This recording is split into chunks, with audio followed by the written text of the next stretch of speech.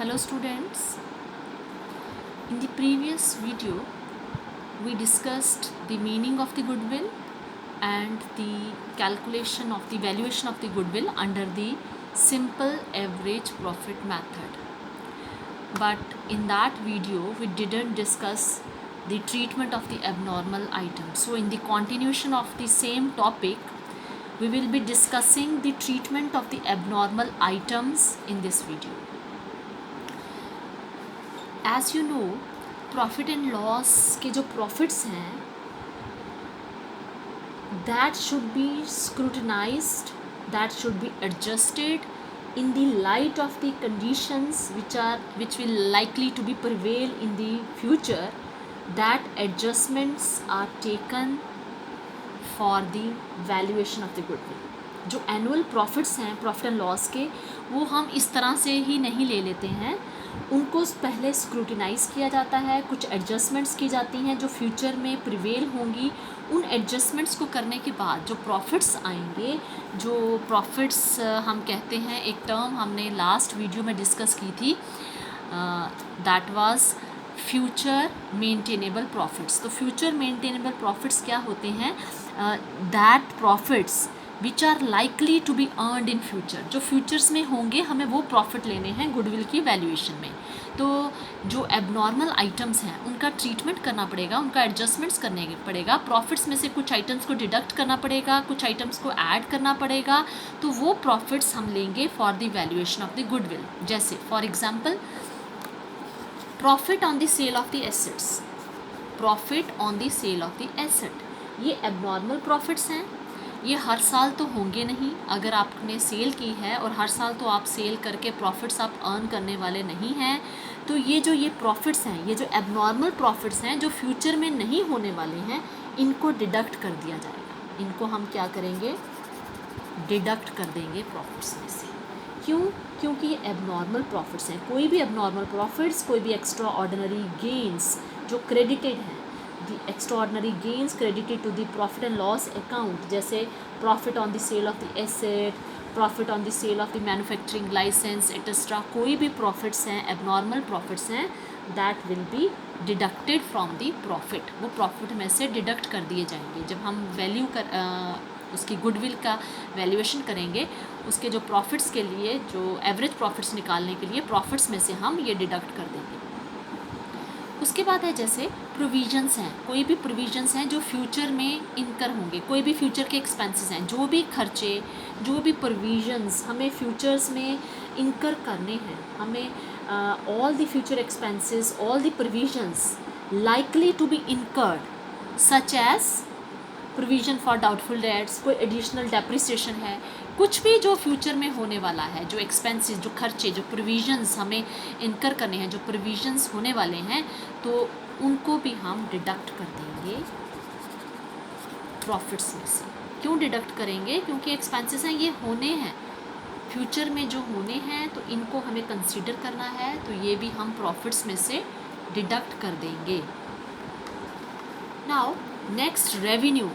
जो हमें इनकम होने वाली है, फ्यूचर में हमें इनकम होने वाली है, तो वो हम ऐड कर देंगे, वो प्रॉफिट्स में ऐड करेंगे, क्योंकि फ्यूचर में वो इनकम होने वाली है. कोई एबनॉर्मल लॉसेस हैं, जो इसी साल एबनॉर्मल लॉसेस हुए हैं, फ्यूचर में नहीं होंगे, तो उसको हम ऐड बैक कर देंगे, वो हम ऐड करेंगे. कोई एबनॉर्मल लॉसेस हैं या फिर एक्स्ट्रा ऑर्डिनरी लॉसेस हैं already debited to the profit and loss account, that will be added back, that will be added to the profits. Expenses debited to the profit and loss account but not likely to occur in the future. वो future में नहीं होने वाले expenses, जो भी expenses हैं profit and loss में आपने किए हैं लेकिन वो फ्यूचर में नहीं होंगे, तो उनको भी ऐड कर दिया जाएगा. तो इस तरह से हमें वो आइटम्स लेनी है जो फ्यूचर के अकॉर्डिंगली हमें एडजस्टमेंट्स करनी है कि किस तरह से फ्यूचर में जो आइटम्स जो प्रॉफिट्स को अफेक्ट करने वाली हैं उनको हमें एडजस्ट करना है. जो हमें आइटम्स हैं फ्यूचर के प्रॉफिट्स को अफेक्ट करेंगी, उनको हमें कंसीडर करना है. प्रॉफिट्स में से डिडक्ट कर देना है या ऐड कर देना है, जिस तरह से वो सिचुएशंस होंगी डिपेंडिंग ऑन द फ्यूचर को देख के हमें उसको एडजस्टमेंट करना है प्रॉफिट्स को. तो this concept will be clear with the help of the examples. Practical problem कर लेते हैं आपकी. बुक की practical problem number 4, abnormal item की आपकी प्रैक्टिकल प्रॉब्लम नंबर 4 है। So this is visible. Abnormal items. Question number 4. Rani purchased वानीज business, रानी ने purchase किया वानी का बिजनेस 1 जनवरी 2015 से, और जो प्रॉफिट हैं लास्ट 3 ईयर्स के 2012 में 40,000 हैं, 2013 में 50,000 हैं, 2014 में 45,000 हैं, 3 ईयर के प्रॉफिट्स हैं। लेकिन इसमें कुछ एडजस्टमेंट्स करनी पड़ेंगी, क्योंकि यहाँ पर लिखा है कि ये जो 40,000 है 2012 में जो ये 40,000 है, इसमें एबनॉर्मल गेन है, इंक्लूडिंग द एबनॉर्मल गेन, तो ये हमें माइनस कर देना पड़ेगा। एबनॉर्मल गेन जो है ये माइनस कर देंगे। 50,000 है, ये जो प्रॉफिट्स हैं 50,000 है, इसमें चार्ज किया गया है एबनॉर्मल लॉस। एबनॉर्मल लॉस को हमने चार्ज किया हुआ है, तो इसको हम ऐड कर देंगे। उसके बाद 45,000 excluding 5,000 as a insurance premium, ये इंश्योरेंस प्रीमियम को एक्सक्लूड किया गया है, लेकिन अब वो हमें इंश्योर करना है of the firm's property now to be insured, अभी हमें इंश्योर करना है, तो ये भी हम डिडक्ट कर देंगे। तो इस तरह से प्रॉफिट्स को एडजस्ट करने के बाद हम एवरेज प्रॉफिट्स निकालेंगे और गुडविल निकालेंगे।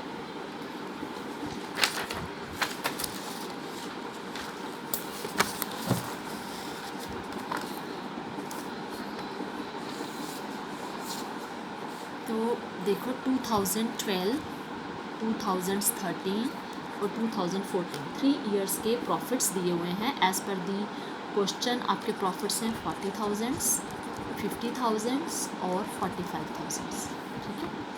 तो जो एडजस्टमेंट्स रिक्वायर्ड हैं, adjustments profits as per statement, ये ईयर है, तो एडजस्टमेंट हमें क्या करनी है, हमें 5,000 लेस कर देना है। ये 5,000 क्या था, 40,000 में एबनॉर्मल गेन 5,000 के इंक्लूड किए गए हैं, तो हमें 5,000 लेस कर देना है। तो उसके बाद जो हमारे प्रॉफिट्स बचेंगे नॉर्मल प्रॉफिट, वो आएंगे 35,000, वो हमारे होंगे 35,000 नॉर्मल प्रॉफिट्स। 50,000 में से हमें प्लस करना है 10,000, ये 10,000 था आफ्टर चार्जिंग दीज प्रॉफिट्स लिखे हुए हैं, जो 50,000 हैं ब्रैकेट में लिखा है after charging N abnormal loss of ₹10,000, तो एबनॉर्मल लॉस जो 10,000 का है उसको हम ऐड बैक कर देंगे, 10,000 को ऐड बैक करेंगे। तो ऐड करने के बाद हमारा ये 60,000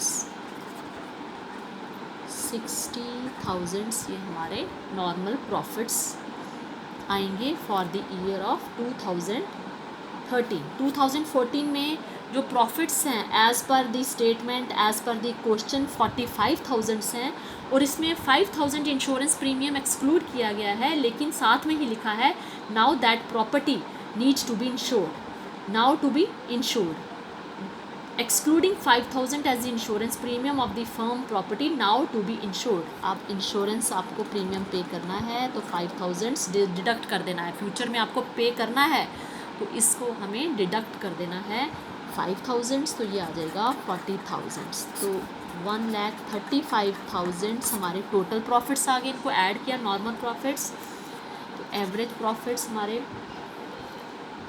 टोटल प्रॉफिट्स जो नॉर्मल प्रॉफिट्स हैं या एडजस्टेड प्रॉफिट्स हैं अपॉन नंबर ऑफ ईयर्स, तो 1,35,000 अपॉन 3, ठीक है, तो ये आ जाएगा 45,000।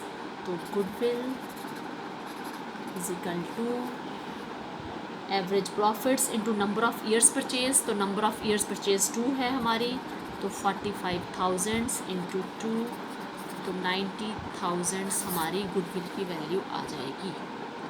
गुडविल की वैल्यू आएगी 90,000, 45,000 into number of years purchase, this is given in the question, 45,000 into 2, this is 90,000 amount, total goodwill आएगी आपकी 90,000, ये वैल्यू है गुडविल की। तो this way we have to calculate the value of the goodwill by the average profit method, लेकिन इसमें हमें abnormal items को भी ट्रीट करना है, तो प्रॉफिट्स को एडजस्ट करना है फ्यूचर की कंडीशंस को देखते हुए, जो हमें क्वेश्चन में जो इंस्ट्रक्शंस दी हुई हैं उनको फॉलो करते हुए, तो हमें एडजस्टमेंट्स करनी है प्रॉफिट में। उसके बाद हमें गुडविल को वैल्यू करना है। तो एक और क्वेश्चन कर लेते हैं।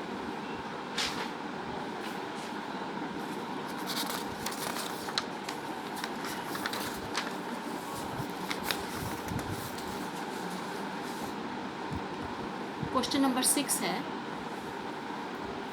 Goodwill is to be valued at 2 years purchase. पहले तो ये दिया हुआ है 2 years purchase, number of years purchase is given, और 3 साल के प्रॉफिट्स दिए हैं, normal profits of the firm. Profits for 2014 and 15, profits हैं 20,000 इंक्लूडिंग इंश्योरेंस क्लेम रिसीव्ड। इसमें इंक्लूड किया गया है 40,000, एक इंश्योरेंस क्लेम को इंक्लूड किया गया है 20,000 जो रिसीव हुआ है। तो ये हमें डिडक्ट करना पड़ेगा, क्योंकि फ्यूचर में तो ये रिसीव नहीं होने वाला बार बार, तो इसको हमें डिडक्ट करना है। लॉस है 8,000 का, 2015-16 में लॉस है, प्रॉफिट नहीं है, लॉस हैं 8,000 के। तो ये लॉसेस तो पहले से ही डिडक्ट होते हैं। Including voluntary retirement compensation paid, और ये हमें पे की, ये रिटायरमेंट कंपनसेशन पे की है 1,10,000। तो अब ये बार बार तो पे नहीं करेंगे फ्यूचर में, तो इसको हम ऐड कर लेंगे। उसके बाद प्रॉफिट हैं 2016-17 के 1,05,000, इसमें इंक्लूडेड है, प्रॉफिट इंक्लूड है, जो एबनॉर्मल प्रॉफिट इंक्लूड है on the sale of the fixed asset. ये बार बार नेक्स्ट ईयर तो होगा नहीं, फ्यूचर में नहीं होगा, तो इसको हम लेस कर देंगे, इसको हम लेस कर देंगे 25,000 को। तो let us start, let us solve the question. हमारा 2014-15 है, 2015-16 ईयर है, और 2016-17 ईयर है। प्रॉफिट जो दिए हुए हैं हमारे को 20,000, ये लॉस है, लॉस है 8,000, ठीक है, ये पता चल जाएगा कि ये लॉस है 8,000। इसको लिख लीजिए आप, प्रॉफिट्स एज पर स्टेटमेंट, ठीक है, ये ईयर और 2016-17 का 1,05,000। उसके बाद एडजस्टमेंट्स रिक्वायर्ड, कौन सी एडजस्टमेंट्स होनी चाहिए? प्रॉफिट्स जो 20,000 के प्रॉफिट हैं उसमें इंक्लूड है इंश्योरेंस क्लेम जो आपने रिसीव किया है, तो उसको हम माइनस कर देंगे, माइनस 40,000। जो वॉलंटरी रिटायरमेंट पेमेंट की है, ये नेक्स्ट ईयर ये खर्चा तो होने नहीं वाला, तो ये हम जो कंपनसेशन पे की है इसको हम ऐड कर देंगे, 1,10,000 ऐड कर दिया। उसके बाद ये एबनॉर्मल प्रॉफिट है 25,000 का sale of the fixed assets, ये नेक्स्ट ईयर फ्यूचर में तो होने नहीं वाली है, तो ये 25,000 हमने माइनस कर दिया। तो नॉर्मल प्रॉफिट्स हमारे पास आएंगे, नॉर्मल प्रॉफिट्स 20,000 में से 40,000 जब लेस कर देंगे तो ये तो लॉस आ गया, और इसमें हम जब ऐड करेंगे तो ये तो प्रॉफिट हो गया 1,02,000। उसके बाद जब 1,05,000 में से 25,000 माइनस कर देंगे तो प्लस 80,000। और जब सभी को टोटल करेंगे तो टोटल प्रॉफिट्स हमारे पास आएंगे 1,62,000। बस सिंपल है, उसके बाद तो बहुत सिंपल है। एवरेज प्रॉफिट्स निकालिए, average profits, total adjusted profits, total adjusted profits ही लिखना है, ठीक है, टोटल प्रॉफिट्स नहीं, total adjusted profits upon number of years. तो 1,62,000 अपॉन 3, नंबर ऑफ ईयर्स 3 साल के हैं, 3 years, total adjusted profits 1,62,000, number of years 3, तो ये हमारे पास आ जाएगा 54,000 एवरेज प्रॉफिट है। Goodwill is equal to average profits into number of years purchase. ये नंबर ऑफ ईयर्स परचेज आपको क्वेश्चन में दिया हुआ है, तो एवरेज प्रॉफिट्स हमने निकाल लिए 54,000. Number of years purchase is given 2. तो this way we have reached the value of the goodwill 1,08,000 हमारी वैल्यू ऑफ गुडविल आ गई. तो I hope you have understood this concept of average profits.